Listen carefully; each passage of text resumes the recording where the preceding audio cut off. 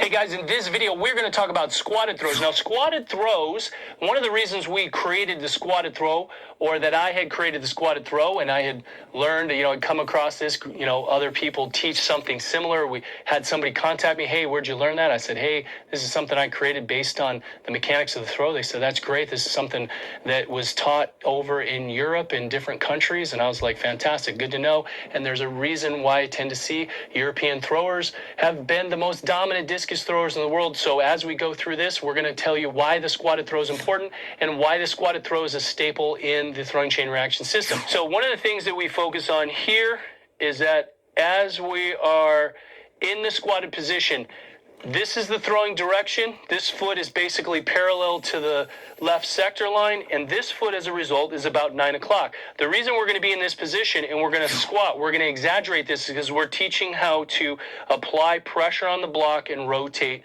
the lower body. This is what's going to be really important. So as we sit here, we wind the discus. We get our alignment is set. So the hips are basically facing 7:30. This foot's at about 9. This foot's at about 6:30, which is almost parallel to what would be the right sector line.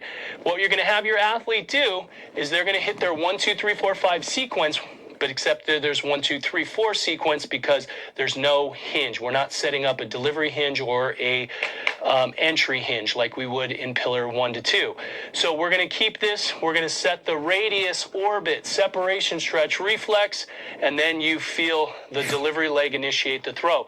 This is really important. So a squatted throw, we stay down. You're going to see this.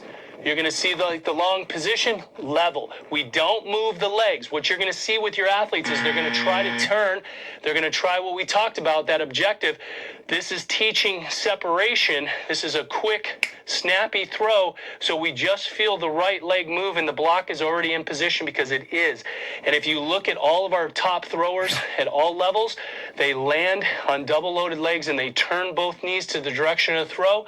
And then they're going to turn the hip through, and that's going to give us the long pull, and that's what we're going to be focused on. So the thing is we're going to get here. We're a little deeper than we normally would in a throw because we're trying to teach this motion into the throw. So again, let me demonstrate a squatted throw. So we're going to be here, and you're going to see this, and you're going to see boom.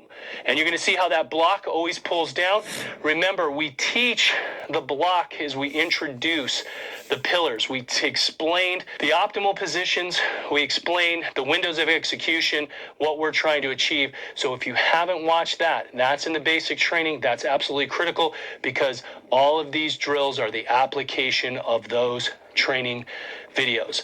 Okay, so again, we sit, you feel the 1, 2, 3, 4, you're going to see this position, boom, and we're going to see that nice delivery position and throw.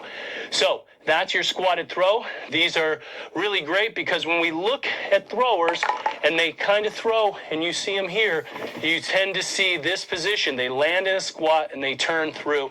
And that's why we started teaching a lot of the squatted throw. A lot of the things we're doing, especially in our throwing drills, are about learning the proper motion of the throw, not about smashing distance on every throw. Okay, and that's the difference when you start to train throwing drills. You're focusing, like I said in the introduction, sometimes it's a feeling-based drill, a position-oriented goal. We have different things we're trying to do. With a squatted throw, we're trying to feel how we create separation, stretch, reflex, orbit, radius, feel the block, and we're going to feel this nice position when we throw.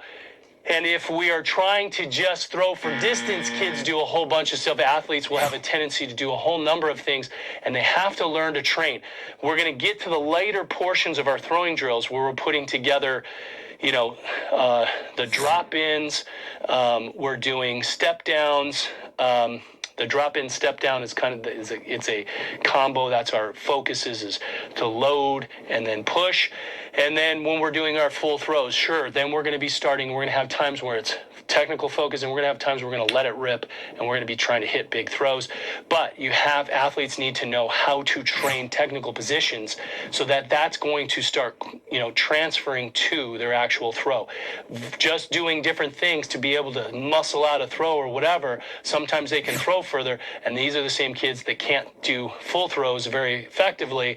And so this is why we have the training process that we recommend and advocate, and that's generally kind of rule of thumb come across the board with the best programs globally. At any rate, that's a squatted throw position. These are an excellent thing, again, to teach that separation. And you're going to see kids who have a hard time with that. They're going to shift that lower body out of position, rotate the orbit, and when the orbit's off or the hand carries off, it tends to affect the orbit. And when that orbit shifts on a wind, they're going to shift right off. So when you see this wind and the orbit shifts, you see how my hips shift. I'm too far forward. I lose the delivery leg. Hips are pointing outside of the sector. I'm going to pull the radius short, and that is going to train bad habits that we clearly don't want to develop. So the squatted throw is meant to feel that position and feel how do we work that in, and then we can work that next phase, because we'll work a stand throw and we work into a squatted throw position. Okay guys, we'll see you on the next video.